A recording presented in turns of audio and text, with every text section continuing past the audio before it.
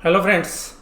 आज के बाज़ार की अगर हम स्थिति की बात करें तो बाज़ार आज किस तरीके के रहे, इसके लिए मैं अगर आपको ये कहूँ कि जो फ़ोटो आपको स्क्रीन पे नज़र आ रही है वो सही तरीके से बयां करेंगी कि किस तरीके की आज स्थिति रही। देखिएगा, अगर आज की कैंडल को देखें तो वो कैंडल ये बताती है कि बाज़ार अच्छे खुले, नीचे गए, नीचे से रिकवरी करी, ऊपर की तरफ गए और फिर बीच में कहीं जाकर बंद हो गए। हालांकि एडजस्टमेंट के बाद पॉजिटिव नोट के साथ जो है आप ये कह सकते हैं स्लाइटली पॉजिटिव रहे। और आज के बाज़ार की जो सबसे खास बात थी वो मैं आपके साथ बयां करूं तो आज डाउ जोन्स का जो फ्यूचर है वो करीबन 200 पॉइंट के नेगेटिव टेरिटरी में ट्रेड कर रहा था, लेकिन मार्केट ने आज सुबह तो उससे डायरेक्शन ली, लेकिन बाद में करीबन 1-1.5 घंटे ट्रेड करने के बाद मार्केट ने जो है बियर्स को थका दिया और जिनके शॉर्ट्स पोजीशन थे उनको, जिन्होंने इंट्राडे शॉर्ट किए होंगे उनको ये समझ लीजिएगा फंसा दिया आज।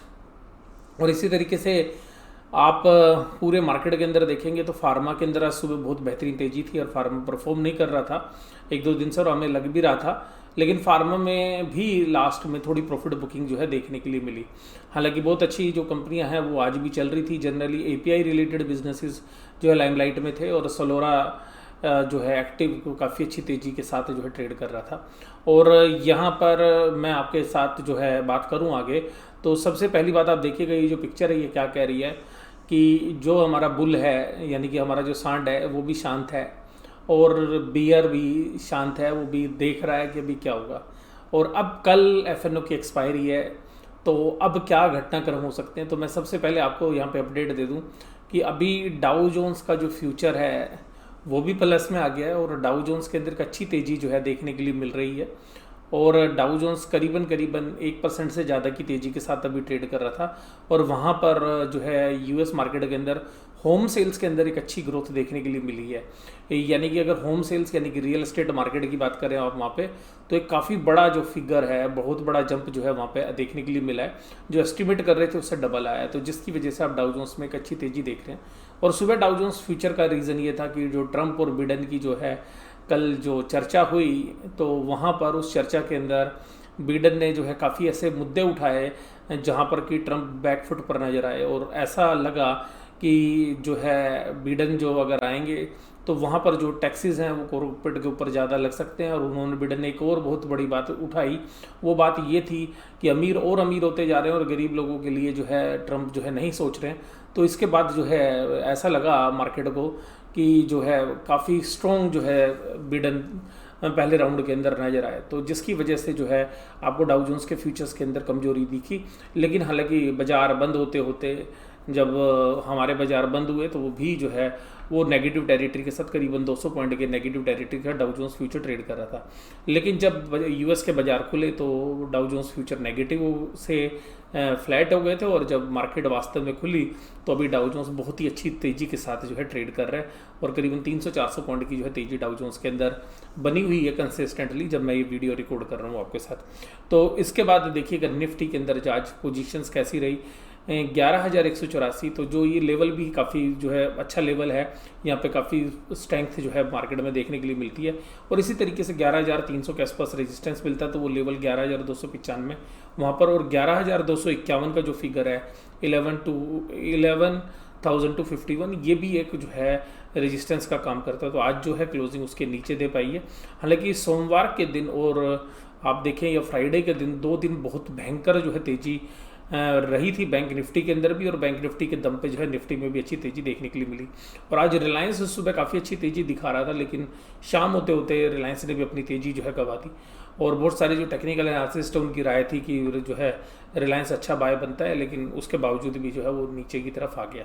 तो ये रिलायंस क्योंकि मार्केट को लीड करता है, तो मैं रिलायंस की बात आपके साथ ना करूं तो ये बेमानी होगा। तो अभी देखिएगा ये न्यूट्रल पैटर्न के साथ जो है कि बंद हुआ। अगर टेक्निकली अगर इसको एलोबरेट करें तो क्या लोग इसके बारे में बोल रहे हैं technical, the Nifty close within the trading range of the previous day, it formed a bearish harami cross pattern the daily chart suggest that the price may soon reverse to the down side if Nifty breaks 11,180। तो जो traders हैं उनके लिए ध्यान रखिएगा, मैंने भी ये लेवल बोला कि 11,180, लेकिन आज जिस तरीके से डाउ जोन्स के अंदर तेजी है हमें नहीं लगता कि शायद कल ये जो लेवल हैं आएंगे और जो है सिंगापुर निफ्टी भी एक पॉजिटिव टेरिटरी में काम कर रहा है। लेकिन कल ऑप्शन की एक्सपायरी है और ऑप्शन की एक्सपायरी के दिन जो है जो ऑपरेटर्स हैं उन्होंने सौदे किस साइड बनाए हुए हैं और पुट कॉल के प्रीमियम्स किधर एडजस्ट हैं, तो उसकी वजह से जो है एक वोलेटिलिटी वाला सेशन जो है हमें देखने के लिए मिल सकता है। इस बात से इनकार नहीं करूँगा, क्योंकि जो फ्राइडे के दिन और थर्सडे के दिन, जो 2 दिन मैं आपके साथ जो बात कर रहा हूँ, सॉरी फ्राइडे के दिन और मंडे के दिन, तो 2 दिन जो है बहुत अच्छी तेज़ी रही थी। तो ऐसा हो सकता है कि उन्होंने वहाँ पर कॉल से जो है सेल कर रखी हो ऊपर के प्राइसेस पे, तो हो सकता है कि एक रेजिस्टेंस आपको मिले डाउ जोन्स के अच्छे होने के बावजूद भी। जैसा डाउ जोन्स कमज़ोर होने के बाद भी नीचे नहीं गए, तो हो सकता है कि एक रेंज के अंदर दोनों साइड जो है ऑपरेटर्स ने पुट और कॉल दोनों सेल कर रखी हो, तो एक बीच में ही जो है वो क्लोजिंग शायद करने की कोशिश करें, ऐसा भी हो सकता है। Really does it act the continuation formation? For that the Nifty will have to break 11,310। मैं भी आपको बोल रहा हूँ कि जो 11,300 का जो लेवल है वो काफ़ी स्ट्रॉन्ग रेजिस्टेंस है, तो 11,310 के बाद ही जो है एक तेज़ी बन सकती है। और इसके बाद जो है मार्केट के एक्सपर्ट्स का मानना है, it also reflect the indecisive natures of the market and cues from the US market would decide the next course of action।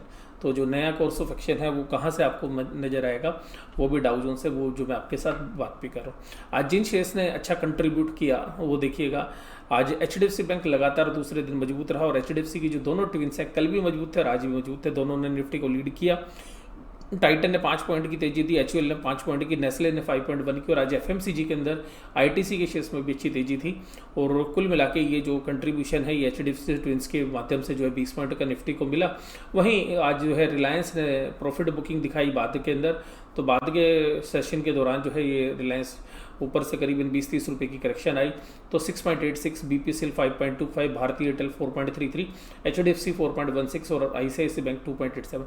लेकिन ICICI बैंक नीचे से काफ़ी ऊपर आ गया था आज, जो है जिन लेवल्स पे जो है काम हो रहा था वहाँ पर अगर हम बात करें, सुबह तो सारे बैंक एक बार वीक हो गए थे और बैंक निफ्टी भी जो है 21,100 की लाइन में आ गया था। लेकिन उसके बाद देखिएगा एक रिकवरी देखने के लिए मिली, और मैंने जैसा आपको बताया कि वहाँ पर फिर जो है बियर्स को जो है सुबह 1-1.5 घंटे मौका दिया और उसके बाद जो है उनको ट्रैप कर लिया। तो इंट्राडे शायद उनके सौदे जो कट गए होंगे, जो इंट्राडे ट्रेडर्स हैं जिन्होंने शॉर्ट्स मारे होंगे, तो वो मोस्टली जो है शॉर्ट्स वाले जो प्लेयर्स हैं वो फंस चुके होंगे आज के दिन में। और उसके बाद देखिएगा ग्रासिम इंडस्ट्रीज़ जो है आज तेज़ था, टेक महिंद्रा, टाइटन, और ये तीनों के तीनों शेयर्स जो है 2% से ज़्यादा की तेज़ी थी। Nestle, doctor Reddy's, Shri cement जो है इनके अंदर 1% से ज़्यादा की तेज़ी थी। सिप्ला, हालांकि देखिएगा आज सिप्ला के जो हाई देखेंगे तो आपको पता चलेगा 794, तो सुबह की तेज़ी आप देखिए कितनी अच्छी थी, 761 के लो थे 794, लेकिन क्लोजिंग 775 पे आई है। डॉक्टर रेड्डीज में भी आप देखिएगा तो 5085 था और हाई था 5318, लेकिन क्लोजिंग 5182 पर आई है। तो इसी तरीके से देखिएगा आज FMCG जो है लीड कर रहा था, तो आप देखिएगा ब्रिटानिया हुआ, वो भी यूनिलीवर, ITC सब पॉजिटिव नोट के साथ बंद हुए।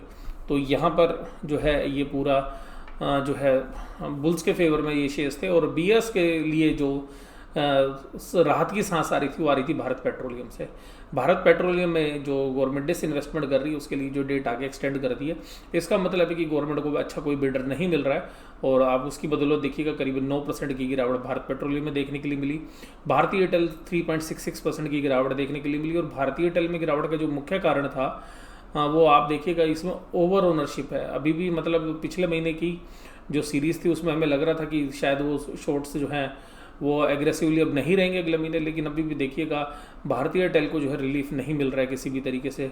तो यहाँ पर भारतीय एयरटेल काफ़ी लोगों की पसंद भी है और बहुत लोगों के पास भी है, तो वहाँ पर भी वीकनेस थी। Tata steel, JSW steel, Bharti Infratel, IndusInd bank, HDFC life, Coal India, GAIL, Indian Oil, Hindalco, Sun Pharma, Mahindra and Mahindra, ICICI bank, Bajaj finance और हीरो मोटोकॉर्प, ये सभी जो है 1 से 2% की जो है गिरावट के साथ जो है बंद हुए।